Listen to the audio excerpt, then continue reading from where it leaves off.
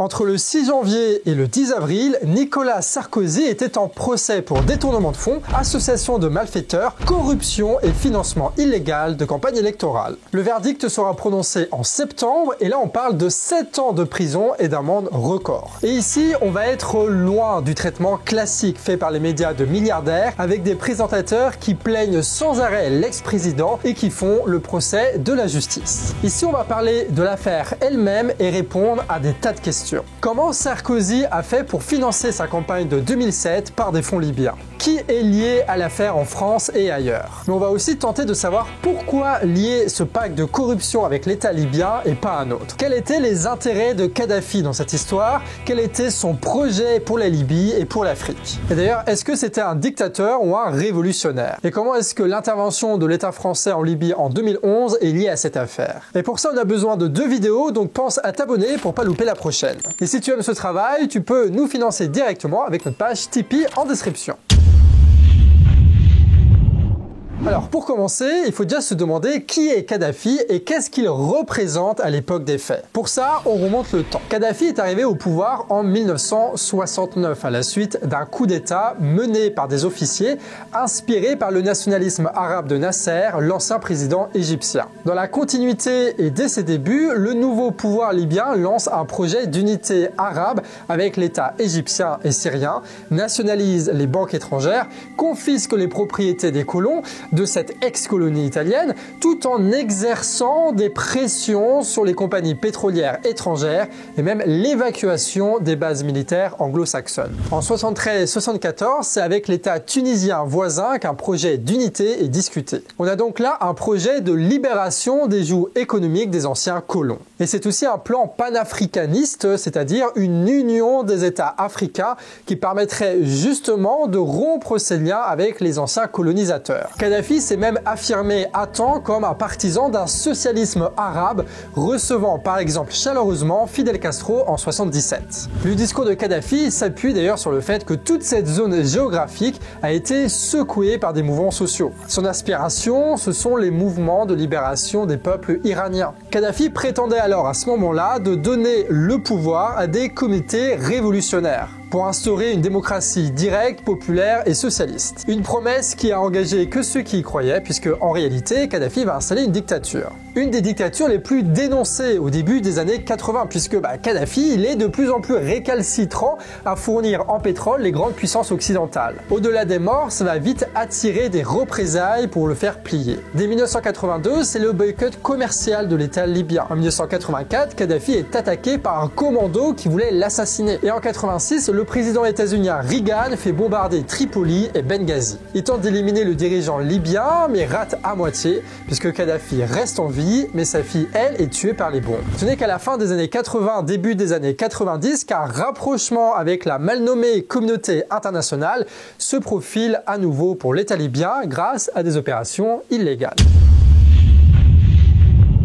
Ces opérations, elles sont commanditées par Kadhafi et menées par Abdallah Senussi, un personnage très important. Abdallah Senussi, c'est un des hommes clés du pouvoir de Mouammar Kadhafi. Il est son beau-frère par alliance et est aussi vice-président des services de renseignement libyens. C'est un intime du pouvoir libyen et il est au cœur de la répression des opposants, de la torture et des emprisonnements arbitraires qu'il y a en Libye à ce moment-là. Et c'est aussi lui qui est responsable du linge sale de la dictature. Et ce linge sale, c'est ce qu'on appelle le terrorisme. En 1988, un avion de la Paname s'écrase en Écosse, ce qui fait 270 victimes, pour la plupart états-uniennes. C'est l'attentat de Lockerbie et c'est signé Senussi et Kadhafi. En 89, les services libyens s'en prennent à un appareil français. Au-dessus du Tchad, l'avion explose et fait 170 morts, dont plus de 50 Français. C'est les attentats du DC-10. Senussi, c'est le bras droit de Kadhafi. C'est donc celui aussi qui va se salir les mains à l'intérieur des frontières. Il est responsable par exemple du massacre de près de 1300 prisonniers dans la prison d'Abu Salim à Tripoli en 1996. Et dans toutes ces horreurs, la responsabilité de Senussi est établie. Par exemple, il va être reconnu coupable en France et condamné en son absence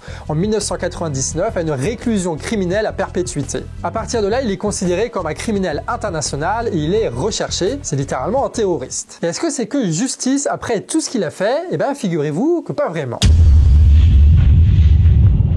Cette série d'attentats, elle va permettre à l'État libyen de revenir dans le jeu diplomatique. À partir de 1992, il y a des sanctions de l'ONU, certes, mais aussi et surtout des tractations en œuvre dans les coulisses. En 1998, le Royaume de Grande-Bretagne accepte de reconnaître à nouveau l'État libyen en échange de 2 agents responsables de cet attentat. Et à partir de ce moment-là, il n'est plus question de sanctions contre l'économie libyenne. Et dans la foulée, le versement de 10 millions de dollars par la famille des victimes états-uniennes par Kadhafi a permis le rapprochement géopolitique avec les États-Unis. En septembre 2003, c'est l'État français qui reprend ses relations avec la Libye de Kadhafi, à la suite, là aussi, de dédommagements aux familles des victimes. Désormais, les familles étant arrivées à un accord, la France n'a naturellement plus d'opposition à ce que le Conseil de sécurité vote la levée des sanctions contre la Libye le plus rapidement possible à New York. En décembre 2003, les pourparlers secrets entre Londres, Washington et Tripoli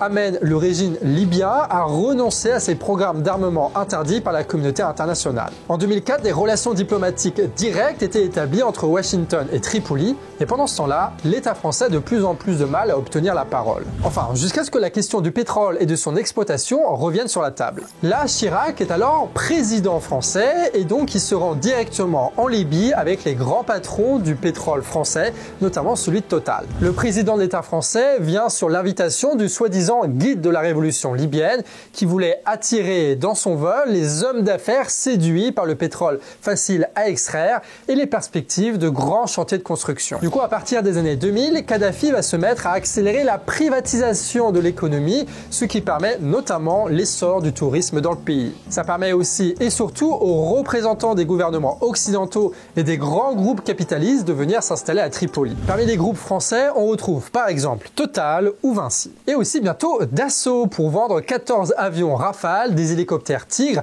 et autres Fennec, des navires, des radars, des véhicules blindés. Bref, vous comprenez que le capitalisme français veut sa part du gâteau dans le marché libyen, et tant pis si les armes servent à Kadhafi contre sa propre population. Ce rapprochement permet à l'Union européenne de saisir une opportunité. L'Union européenne va financer l'État libyen pour tenir un rôle de garde-frontière, puisque par la situation géographique de la Libye, c'est un point de départ privilégié pour gagner la Méditerranée puis l'Europe, via la Sicile ou les îles de Lampedusa et de Malte. Chaque année depuis 2003, des dizaines de milliers d'immigrés clandestins fuyant la guerre, le terrorisme ou la misère ont tenté le passage par la Libye et ont été emprisonnés dans des camps puis renvoyés dans leur pays d'origine, depuis les prisons ou les camps de Kadhafi. Puisque lui, il peut se salir les mains et vu qu'il craint pas les élections, ça arrange à peu près tout le monde. Et c'est l'une des raisons pour laquelle Kadhafi retrouve grâce aux yeux des nations démocratiques européennes autour de l'année 2004.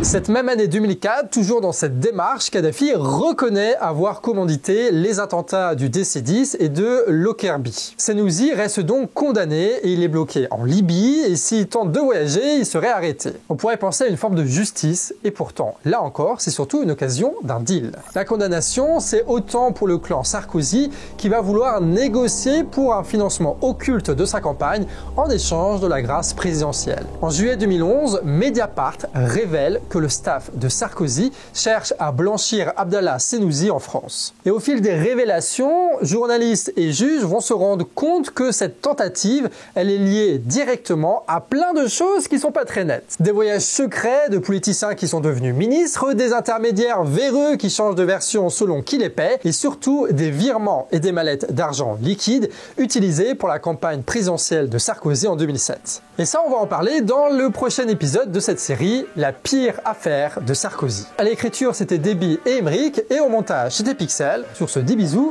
et à la prochaine.